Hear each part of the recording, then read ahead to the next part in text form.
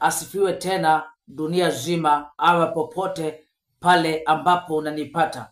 Majina yangu naitwa Prophet Joshua, ama nabii wa Mungu ambaye ameitwa na Mungu kwa ajili ya maisha ya watu, kwa ajili ya kuokoa watu kutoka katika maisha ya utumwa.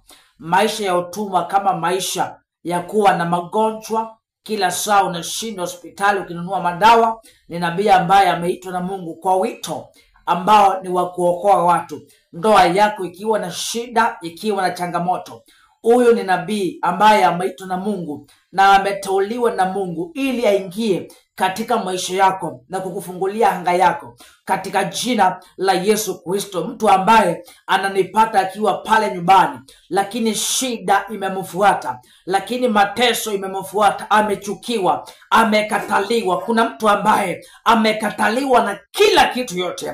Nimeitwa na Mungu nikiwa na wito tofauti sana, wito ambao unaweza ukabadilisha maisha yako katika jina la Yesu Kristo, mwana wa Mungu aliye hai.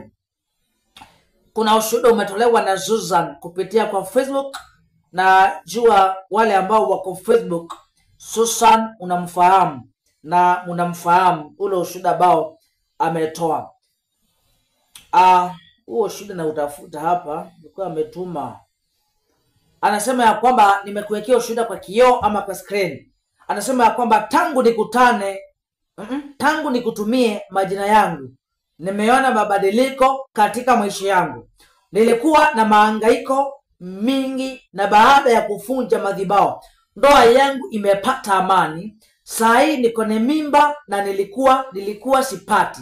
Na tena bwana yangu ameninunulia gari yangu. Ubarikiwe sana mtumishi wa Mungu.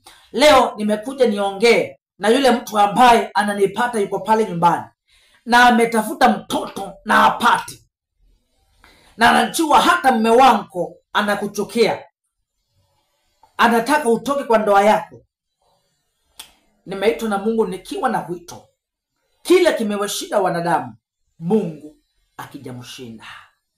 Inawezekana ya kwamba umejaribu manabii wengi, inawezekana ya kwamba umejaribu mapasta wengi, lakini leo mimi nimeitwa na Mungu na wito wa ajabu. Kile kimewashinda kwangu kinawezekana. Bwana Yesu asifiwe. Nataka niongee na mtu, nimwaminishe ya kwamba kupitia kuamini Mungu aliyeziumba mbingu na nchi, na kupitia mtumishi wake nabii ambaye ametauliwa na Mungu, ambaye ni mimi, nimekuja siku ya leo kwa studio. Anga yako inaweza ikafunguka, maisha yako inaweza ikafunguka, watoto wako wanaweza ikafunguka. Hata wewe ambaye unakaa kwa ndoa ambayo imejaa visirani, imejaa pombe, nimeitwa na Mungu nikiwa na wito tofauti ambao ninaamini ya kwamba maisha yako inaweza ikafunguka in the name of Jesus Christ. Chukua namba yangu ya simu ambayo ni 0769959279. Kanisa letu linapatikana Emali. Emali inapatikana barabara ambayo ni ya kutoka Nairobi kwenda Mombasani. Ninajua ya kwamba ukifika katika ibada, labda siku ya kesho ama siku ya Thursday, maisha yako haitabaki hivyo ilivyo tena. Bwana Yesu asifiwe.